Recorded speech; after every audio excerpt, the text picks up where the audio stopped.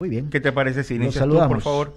Economista, ¿cómo le va? Buenos días. Gracias por estar en la plataforma de I99. Bienvenido. Muy buenos días, un gusto estar con ustedes. La realidad de este préstamo del Fondo Monetario Internacional, de este desembolso de 4.000 millones de dólares, que obviamente no serán de golpe y porrazo, sino de a poco, no sé si cada año o cada 6 meses, no lo tengo claro, pero no es de golpe y porrazo. ¿Qué significa para nuestro país? Porque deuda tenemos. ¿Es más deuda o qué es lo que podríamos hacer con esos 4.000 millones de dólares, economista? Bueno, esos 4.000 millones de dólares no implican aumentar el endeudamiento. Es un mecanismo, el mecanismo que se dispone en el Fondo Monetario para poder mejorar los vencimientos. Para entender de alguna manera, es como una persona que tiene una deuda con la tarjeta de crédito y que tiene que pagar un monto muy grande, una deuda con el banco, y que va al banco y le dice, ¿sabe qué? Refinancieme esa deuda, extendamos los plazos. Con el Fondo Monetario no existe la figura de refinanciación de deudas. Lo que sí existe es que se puede sustituir una deuda que vence por una deuda nueva. Es el equivalente a refinanciar la deuda. Entonces, ¿qué es lo que va a suceder? En los próximos 4 años, Ecuador va a recibir 4.000 millones de dólares del Fondo Monetario. Sin embargo, en los próximos 4 años, el país también tiene que pagar por capital e intereses 4.444 millones de dólares. Es decir, lo que se logra con este financiamiento es darle un alivio financiero al país. No va a tener que pagar en el corto plazo estos vencimientos del Fondo Monetario, sino que los patea hacia adelante. Entonces, como resultado, no aumenta el endeudamiento del país y lo que permite es mejorar el perfil de vencimientos. Un proceso similar, usando mecanismos distintos, pero un proceso similar va a tener que suceder con la deuda comercial. Porque lo que sucede es que el perfil de vencimientos del Ecuador es muy empinado. Hay que pagar mucho en el corto plazo y sube hasta 2027. En 2027 llegamos a un máximo de vencimientos de capital en la deuda externa de 4.000 millones de dólares. Eso es lo que tiene que pagar el país en 2027. Y la realidad es que no tiene los recursos para pagar en 2027. Entonces, lo mismo vamos a tener que hacer con la deuda comercial. En 2026 y en 2027 hay vencimientos de deuda comercial. Vamos a tener que emitir nuevos bonos del mercado de capitales para poder sustituir esos bonos que vencen por otros a más largo plazo. Y de esa manera darle un alivio financiero, bajar la necesidad de amortizaciones y tener una necesidad mucho más estable en el tiempo, pero más baja, y no tener lo que tenemos ahora, que es un pico de amortizaciones muy fuerte hasta 2027 y recién el 2028 comienza gradualmente a descender. Es muy difícil cumplir un perfil de amortizaciones de ese tipo y por eso es que es tan importante esta reingeniería de la deuda externa para darle sostenibilidad a las cuentas fiscales. En otras palabras, como se dice en el argot popular, ¿está bicicleteando la deuda? Pero mejorando la situación, porque a diferencia de lo que uno hace, por ejemplo, algunas personas hacen en la tarjeta de crédito, que saca un avance de efectivo para pagar la misma tarjeta, ahí lo que están haciendo es agravando su situación. Eso es insostenible.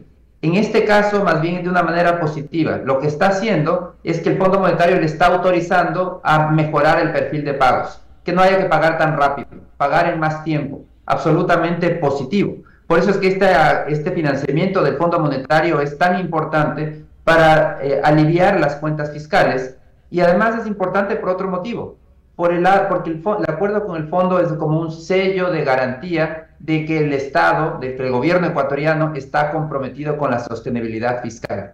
Es decir, que no va a entrar una política irresponsable de viva la fiesta, sino que va a tratar de mantener las cuentas fiscales en orden. Eso es importante porque le abre la puerta a otros multilaterales. Vimos que el mismo día que se anunció el financiamiento del FMI, la CAF otorgó un financiamiento de 800 millones de dólares, un crédito puente, hasta que se obtengan los desembolsos del FMI. Eso le da alivio financiero, que el país no caiga en mora en ninguna de sus deudas, tiene financiamiento temporal de la CAF hasta que recibe los fondos del FMI y devuelve ese dinero a la CAF. Entonces, todo eso lo que permite es garantizar la sostenibilidad de las cuentas fiscales y además, eventualmente, algo muy importante, este es el camino para que el próximo año, yo creo que el próximo año el país ya podría, ojalá hacia finales de año, regresar al mercado de capitales.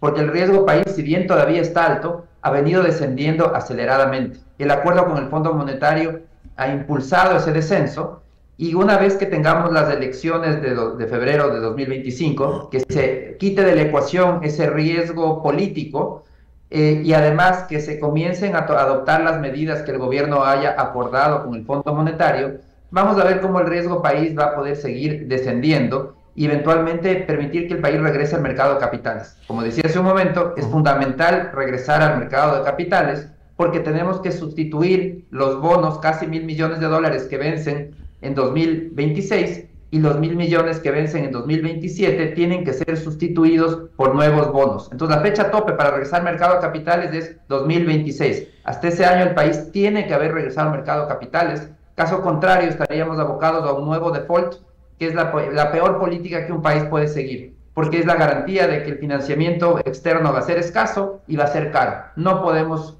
correr ese riesgo. ¿Y regresar al mercado de capitales significa qué, economista? Significa que vamos a poder emitir nuevamente bonos con tasas aceptables, todavía mucho más altas de la de Perú o de Colombia, pero en todo caso podemos regresar a obtener ese financiamiento. Y ese financiamiento, como digo, es tan importante porque tenemos que hacer pagos de deuda y importantes de 2026, 2027, y no hay los recursos para hacerlo. Entonces la manera de solucionar ese problema es posponiendo esas deudas. Pero en la deuda comercial, los bonos, no existe tampoco la figura de renegociar. Existe el default o existe la opción de pagar esos bonos, y si uno no tiene los recursos, los puede pagar emitiendo nuevos bonos, sustituir bonos viejos por nuevos. Esa es la manera, y por eso es que esa es la manera que se tiene que hacer para reperfilar esta deuda. Todo esto son temas que a veces suenan un poco técnicos, y políticamente es más agradable decir, no era más deuda para el país, qué mal, que no se endeuden. No es más deuda, es mejorar el perfil de la deuda. Este es un manejo financiero que hay que hacer al endeudamiento del país, que es fundamental. Hay que bajar la necesidad de amortizaciones en el corto plazo y empujar esas amortizaciones a futuro para que sea posible pagar. Es como pensemos para hacer un ejemplo de un ciudadano que se compra una casa y que le toca pagar la totalidad de su casa en 3 años. Evidentemente que eso va a ser imposible. ¿Qué puede hacer ese ciudadano? Tratar de sustituir esos vencimientos de corto plazo para mandarlos más adelante, renegociar esas deudas con el banco o la cooperativa para tener un perfil de vencimientos a 20 años. Eso sí se puede pagar. Lo mismo tiene que hacer el país de este momento. Tiene un pico muy grande en 2020, que sube hasta 2027, la necesidad de amortización de la deuda, insostenible. Tiene que bajarlo a ese pico. Y la manera de bajarlo es mandando esas deudas a futuro, con lo que se hizo con el Fondo Monetario y con lo que se va a tener que hacer en el mercado de capitales, emitiendo nuevos bonos para pagar los que van a vencer, los casi 1.000 millones que van a vencer en 2026 y en 2027. ¿Y usted cree, economista, que internamente el gobierno está haciendo la tarea adecuada para tener todo este panorama con los organismos multilaterales? Bueno, yo creo que lamentablemente en materia fiscal no se está aplicando la política correcta. El lado de reperfilar la deuda es positivo, hay que hacerlo y creo que se está haciendo bien, pero esto va de la mano con el lado del gasto, porque la política del gobierno de corregir el problema fiscal ha sido la de transferirle la cuenta a los ciudadanos, subir impuestos agresivamente. Eso tiene un costo económico enorme que ya lo estamos viviendo, una economía detenida. Para este año, el Fondo Monetario nos dice que la economía va a crecer apenas 0,1%, es decir, la economía se va a detener, es lo que nos dice el Fondo Monetario. Y esa es la consecuencia de el ajuste fiscal vía impuestos.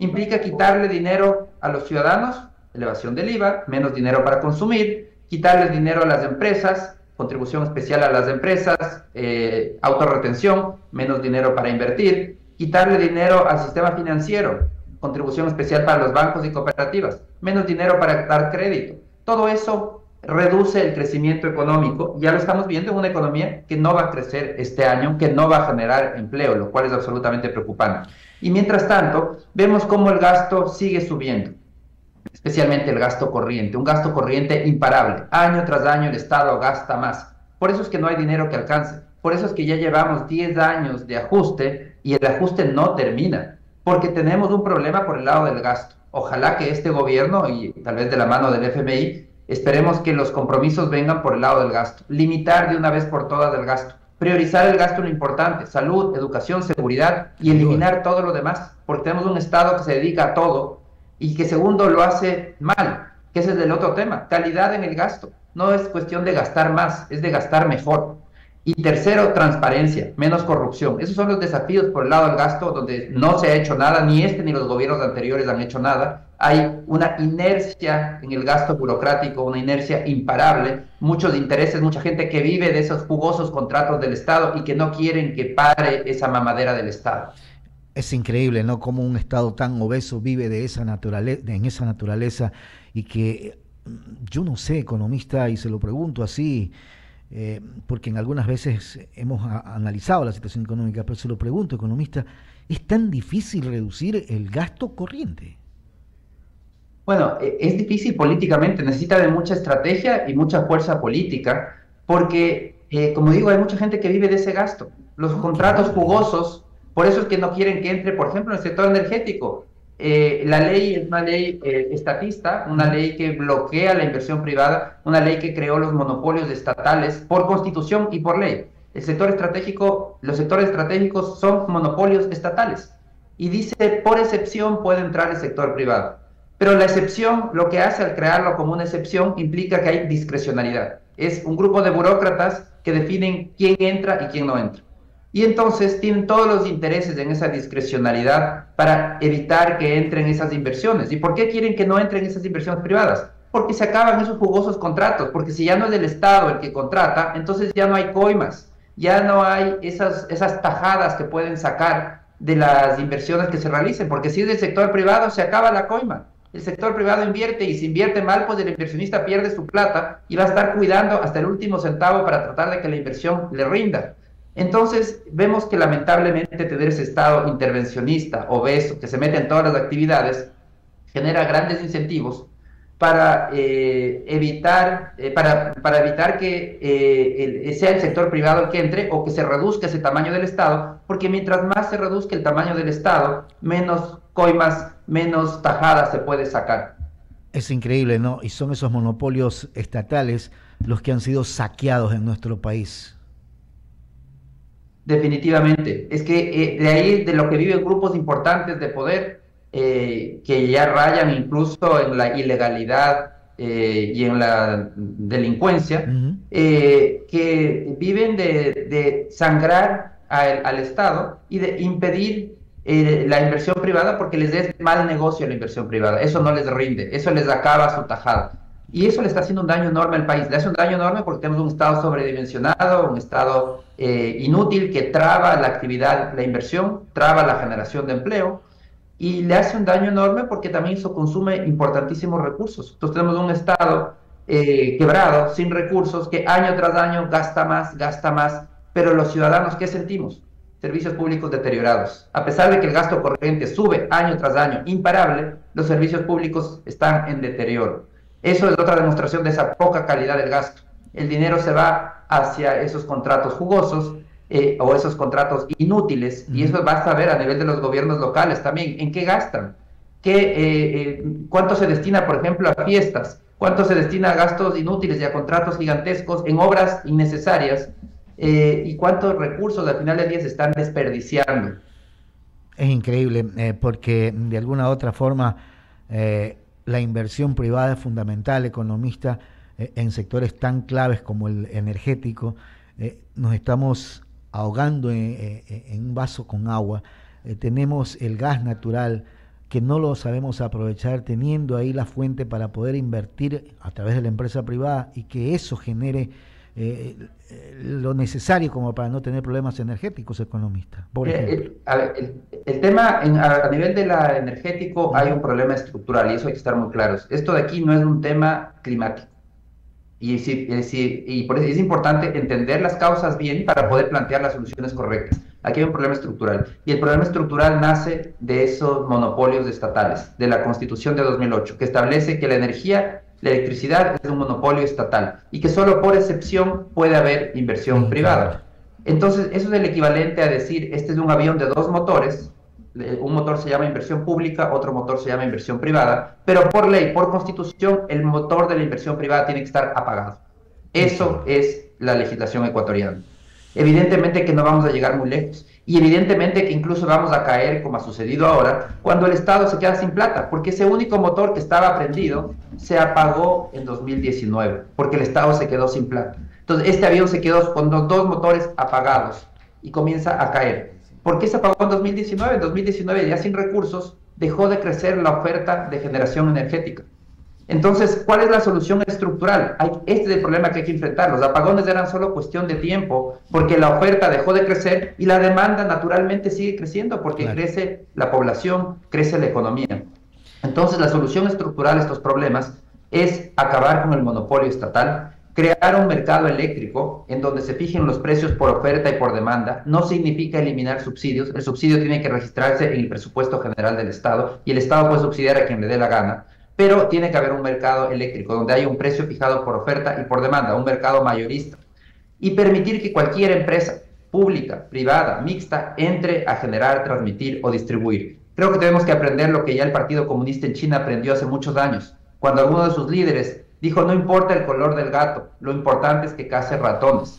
Eso es lo que necesitamos en el Ecuador. No importa si es inversión pública, privada, mixta, todas, lo importante es que se invierta. Ese cambio hay que hacerlo muy, muy profundo.